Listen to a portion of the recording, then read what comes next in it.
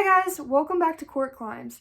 Today's video is going to be a super chill video. Mingo, I'm filming a video, baby. Anyways, today's video is going to be a super chill video where I answer some of your questions about my rock climbing journey. So let's get started. The first question was, when you first started climbing, how many days a week did you climb? So when I first started climbing, I was living in Southern California, and despite my best efforts, I wasn't employed, so I had a lot of free time.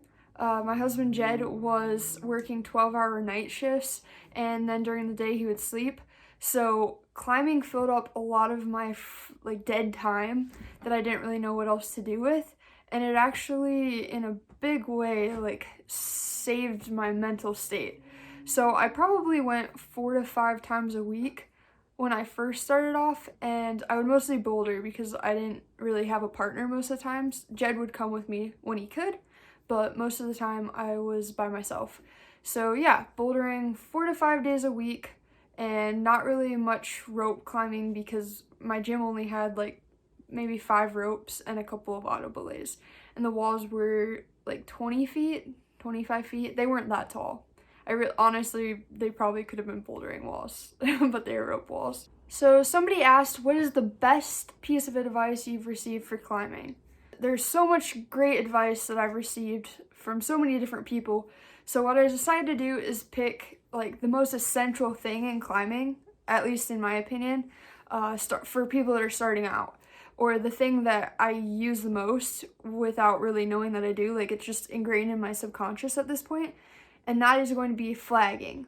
So for anyone that's climbed a bit, this is going to be old news to you, so I apologize. But for anyone that's new and you don't know what flagging is, it's life-changing. So essentially all it is taking whatever foot you're not reaching towards and counterbalancing your weight with that opposite leg. And you kind of just will rest it essentially against the wall itself, not against the hold or anything.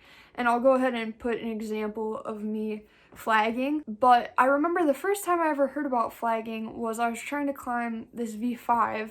I just couldn't get it.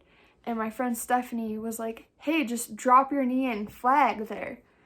And I was like, I remember trying to play it off and pretend like I knew what she was saying. I was like, I'll just try it again. And so I tried it again the exact same way, but I didn't really know, it wasn't working. And she goes, no, you have to flag. So finally, I kind of just swallowed my pride, and I was like, well, what is flagging? And so she showed me what it was, and I almost immediately, first try, after she showed me what flagging was, got past the move that I'd been stuck on. Definitely, that's something that you're gonna have to learn. I was actually at this, it's basically like a ninja gym. It's called Play Cleveland, and I was climbing this ladder, and I'm climbing up the ladder, and my friend Ben is like, what are you doing? I'm like, what do you mean? He's like, you're kicking your legs out to the side. And I realized that as I was climbing this ladder, even though I didn't have to, it was just subconsciously ingrained in my brain to flag. So I was climbing the ladder, kicking my foot out this way, and then kicking my foot out that way. And it was just really funny. So yeah, flagging is probably the biggest piece of advice that I can give to any new climber, but there are so many good videos out there on specific techniques and advice, and obviously there are a ton of people that know way more than I do about climbing technique. The next question is, what is your favorite place that you've ever climbed? Anyone that knows me in real life knows that it's really hard for me to pick favorites, but I'm going to try really hard. Outdoor climbing, I'd say that my favorite place that I've ever climbed is the Red River Gorge. It's just a beautiful area, and there's a special type of a feeling you get when you go to the Red. There's just so many places to climb there. There's cool features in the rock for even low-grade climbs, and the routes are really tall, which can be really fun and also a challenge. But I'd say the Red River Gorge is definitely my favorite outdoor place that I've been so far. Indoors, I really honestly genuinely love my local climbing gym on the rocks. I think that it's the type of gym where there's a lot to do, especially for an intermediate climber like myself, I'd say. It's never terribly busy. People are super friendly. I think that the staff is awesome. The route setting is always interesting to me, and I feel like they change it up enough that it doesn't get stagnant or boring. And then the third thing I have to include on my list of favorite climbs ever is this place in Wisconsin that we went to. It's called Jumping Hole, and it's some deep water soloing. So basically people go there to go cliff jumping. And my friend Whitney was like, hey, let's go cliff jumping. And Jed and I kind of like looked at each other. We're like, okay. So we went cliff jumping, but then we also deep water soloed. It wasn't anything like crazy high or anything like that. It was like maybe 15 or 20 feet. But there was a really cool traverse, and I think that there's a lot more opportunity for like more routes to be found and named and graded and all that stuff. But it was so beautiful there. Jumping Hole was awesome. So I'd say as far as outdoor, Red River Gorge. As far as indoor, I really like my local gym on the rocks. And then deep water soloing just gets on the list because it was a cool experience. So somebody asked me what my dream place to climb would be. Am I allowed to say everywhere? This is kind of a theme. I can't pick favorites. My dream place to climb, I have a few. So I really would like to go deep water soloing in Majorca. I believe that's how you say it. I'm not really sure the grades and things like that though. So it's probably way out of my comfort zone right now, but it looked really cool. I'd also like to go climbing in Thailand just because it looks absolutely gorgeous, and I haven't really been out of the US very much, let alone to like that side of the world.